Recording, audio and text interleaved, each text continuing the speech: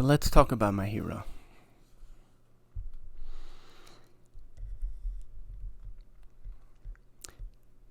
This painting I did, I think it was 2015. It's been many years. Lots of texture. I used many different types of objects to create the textured lift of the squares, and you can see it gets from dark down into light. This was even before I started doing my journey series. This one might have been a subconscious version of it, except in this case the line isn't across, it's down, but this one was way before all that. And this isn't easy, by the way. I even had somebody ask why do I even do this? What's my goal? Let's do it this way. Let's talk about that this way. If somebody looked at a piece that I would post, or somebody happened to see, and they'd say, "Oh, dude, that would look good over on my couch," or "Oh, my office has this little, whatever." If that's what you wanted to do, okay. But the goal of the art group, the goal of me, of Sonnyg, I want you to connect in such a way that even in passing, when you just walk past, you sort of connect back to whatever it was that made you go, I have to have that. Obviously, I have a story. Obviously, I have a place where this comes from. I've done some paintings where, it just played. And, they looked okay. But I've realized that there's always this huge difference when I poured myself into something. I'm passionate about it, loved the subject or the direction that just I would go in, and then something where I just sort of sat back. Sometimes that takes a playing around with different ideas and how do I get this effect, and then it sort of evolves into something. That's pretty cool. Sometimes I'll get people people commission me to do something, and when they ask, "Hey, I want you to do a lighthouse. Can you do a lighthouse?" And I always go, can I? Sure. But why? Tell me why.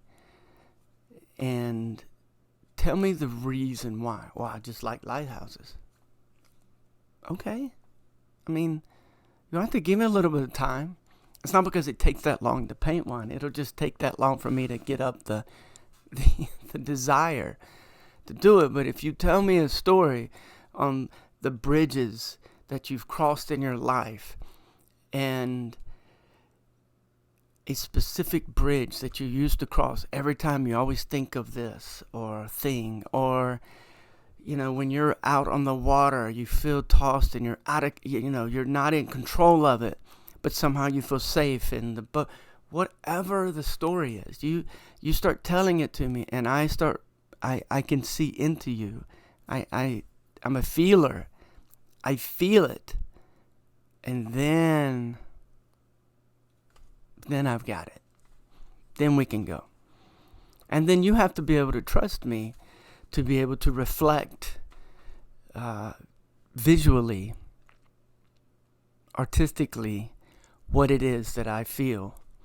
And we go from there. So somebody asked, why do I do these? And I do them because maybe you're connecting to something. Starts as I like purple, or I love the black and white. vibe. But then you hear where it comes from. And so when you see it, you go, wow, that one was deep. When you listen to a song, how many times have you said, oh man, he wrote that one just for me? And I always giggle because I go, no, actually he didn't.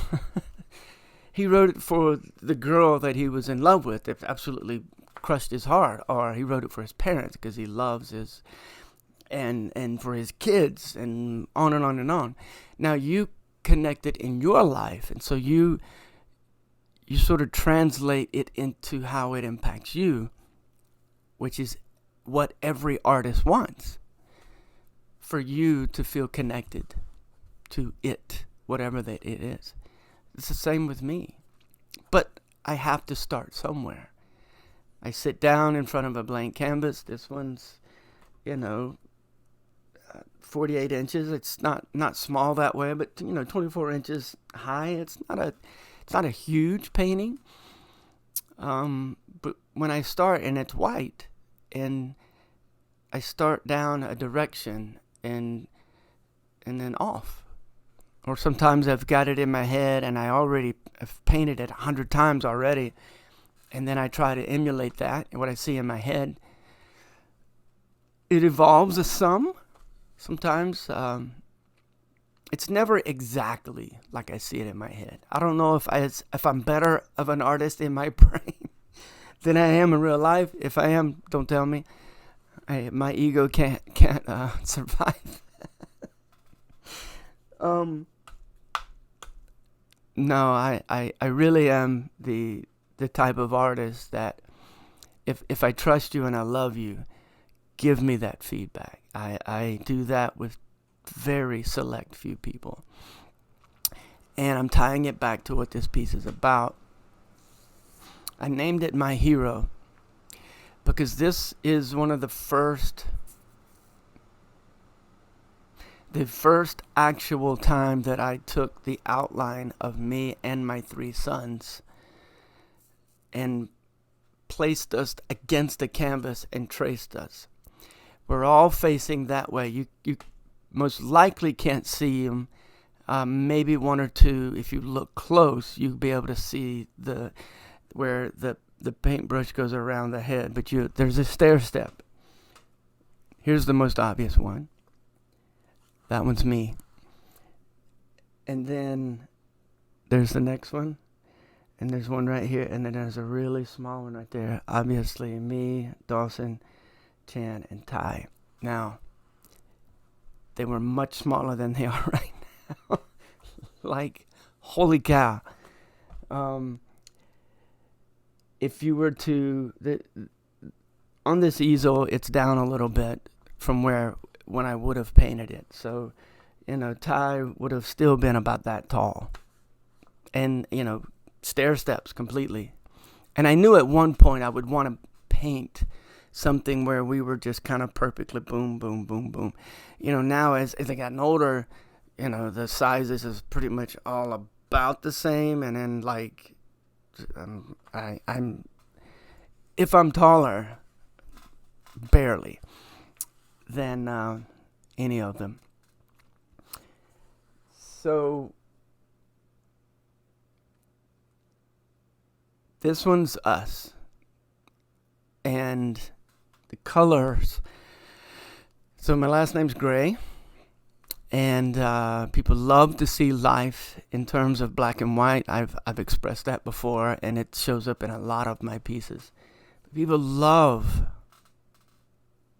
things to be, it's either right or wrong. They love that. And, admittedly, there are times when I just want to scream, that's not right. And stopping and thinking about it, I end up thinking, well, was it wrong? Maybe if I was in that circumstance, I would choose the same thing. I'm constantly trying to be self-aware to the point that if I can understand where somebody's coming from, it may not excuse the event or the feeling, but it at least may help me see where it came from and guard against finding myself in that place as well. That's a sort of life advice thing. That's such a dad thing to say, I know, but my sons have these list of phrases from dad, and they have them. I've repeated them over and over because I want them to walk through life not with some kind of license for, I've had a crappy life, I've had a shitty life, and this is why I can act this way. No, we're not going to walk around with a victim mentality. If you knew my entire story, you might say, oh, well, no wonder you did this or that. And, there's a lot of shame, some regret, definitely, over the years that everybody goes through their places where they second guess themselves, at least second guess, if not completely find themselves embarrassed and have to hang their head a little. So I push my sons to say, we're going to face those events, the good and the bad, the right or the wrong, the black or the white, the whatever. We're going to face them like a man and own them. That said, my last name being Gray, I love to play off of that. I'm fortunate for that. If my last name would have been Plaid, that would make this much more difficult. But we live in the gray area. Now, all of us live in that space. Many of us get uncomfortable with that. I'm comfortable with it because that means there's room for growth. That means that there's a place in which you can move. And movement in life is constant. Now, if you ever find yourself stuck, you can move forward or backwards, up or down. Okay, that's the parameter. But if you ever find yourself stuck, most likely you're still moving. It's just so slow. And depends on what day or maybe even what time of day that you're moving slowly forward or backwards. But it's still in the gray area. Now, I'm pretty sure I'll never make it completely to the brightest of the bright. Even on my best days, and I mean my absolute, the highest of the high best days, when I go back through and circle through and think, wow, that was a beautiful moment, it was incredible, celebrate, whatever, there's still something that sort of throws back. And that's the tragedy of the human soul. It's the tragedy of the frail heart. My hero. Why the name My Hero? I hope that you see when I started the piece, what were the first lines painted, and then the colors picked, and you can even see the stair steps and kind of steps are more square-ish, rectangular in their shape. So it's as if you took the end of the stair and stamped it against, and you're still constantly stepping. Some of these steps are white. You can't see them on this video, but I have closer pictures on my site. That these white boxes the steps are still there, whether you can clearly see them or not. Some of them are nice and shiny. This gray is a silver. It's a metallic gray, and sometimes they're big. Sometimes they're small. Now you've got the color, the shapes, the first paintbrushes. But why My Hero?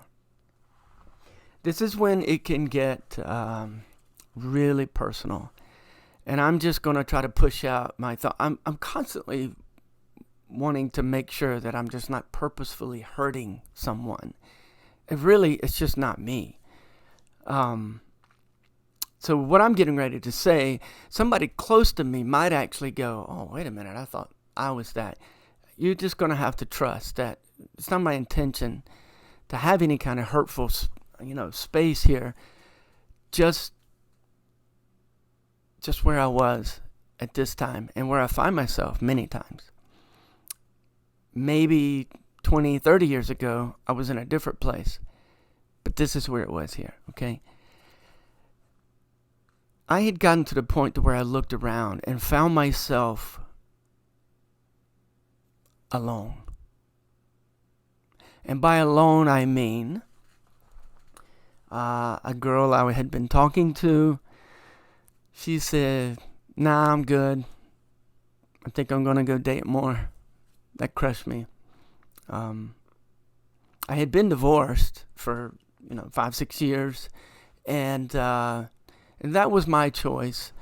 And it's obviously a whole other conversation, but that brings on a level of aloneness of which I had come to grips with. If that's how I was to be for the rest of my life, I know that's a possibility. But my sons could see a more peace in the home as far as that I can control. So there's the relationship side of kind of the opposite direction. I was out venturing out in the world, doing some things that became self-destructive, and in that self-destruction, I had family and friends that would try to reach out, and I just wouldn't accept it. And they finally said, okay, if this is how you want to treat yourself, I'm not going to hold your hand through it. So, have at it. I have my own thoughts about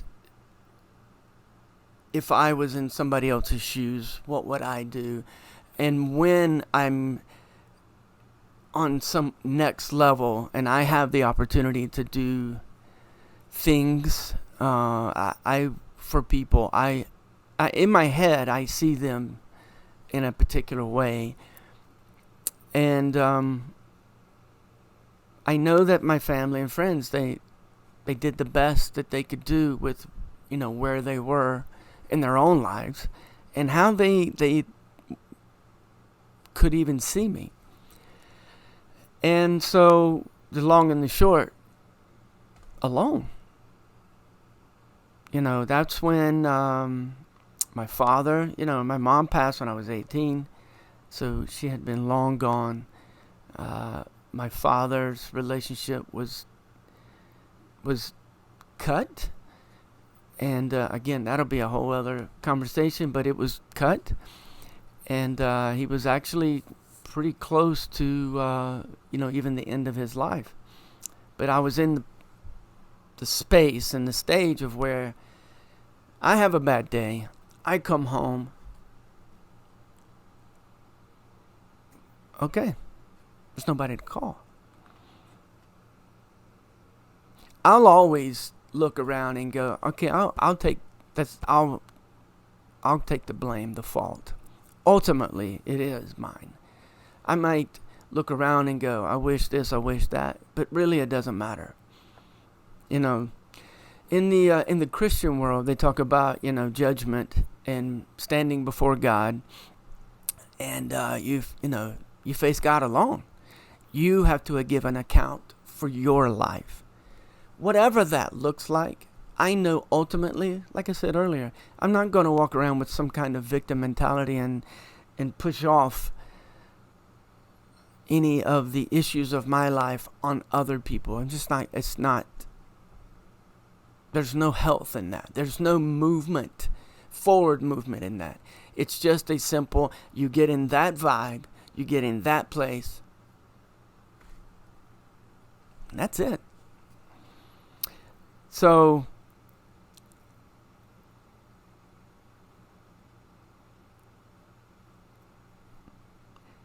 my sons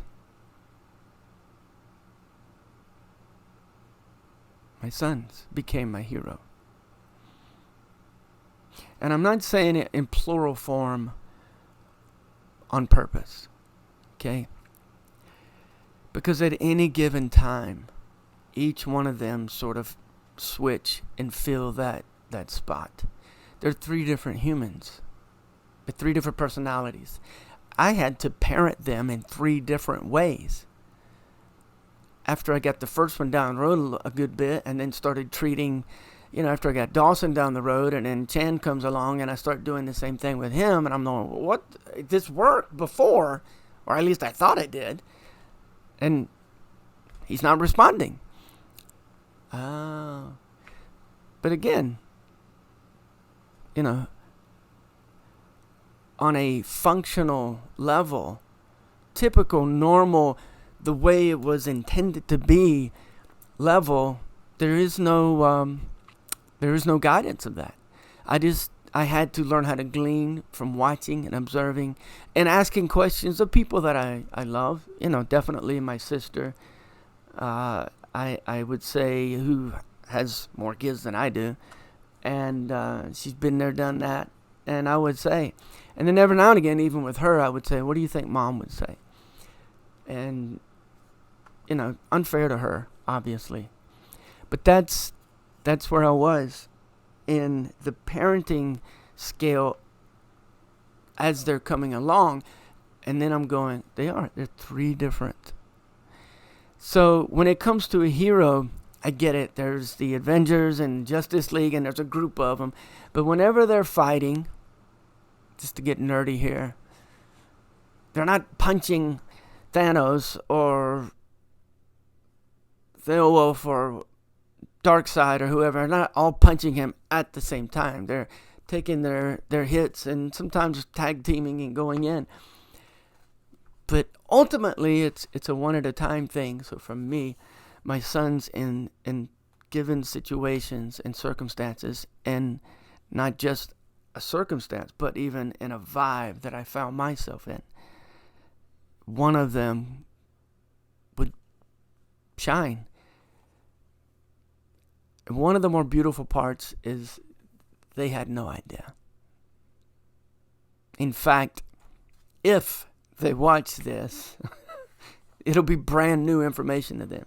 As much as I talk to them and tell them things over and over and over, because I want them to feel that consistency, this one will be one that they'll go, "Ah, really, Dad?"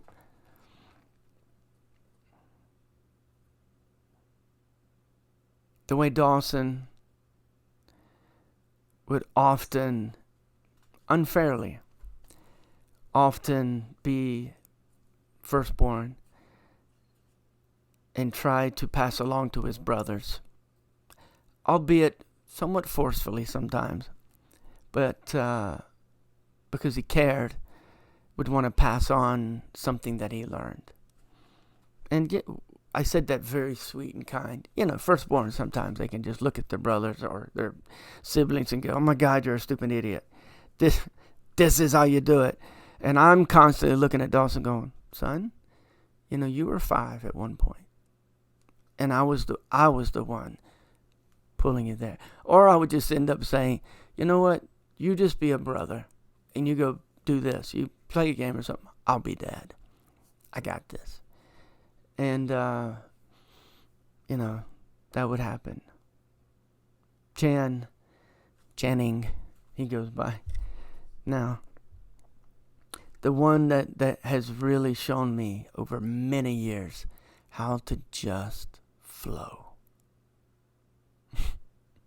Just flow. Something happens and you go, okay. He's been a part of championship teams. He's been in the championship and lost a couple times. He knows the glory of winning and the agony of defeat. He knows what consistency and growth looks like and the payoff that does, not in an instant moment, but over time. Yeah. And then I've got Ty Man,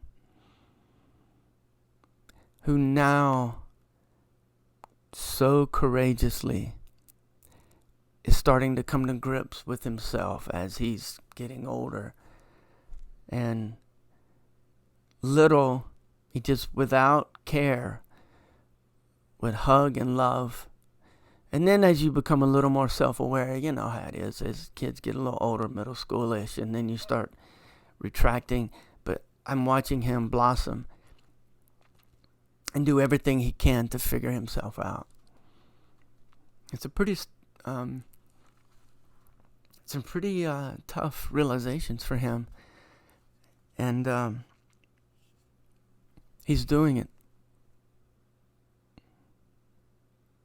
Yeah, my hero.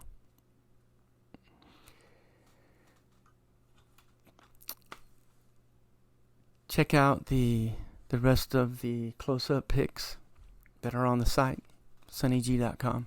If you're watching this and you're not in my store, I have in the slide reel of this product in the page, this has one of those moments where you sort of say, I like it, but I wonder why. And now you have the story.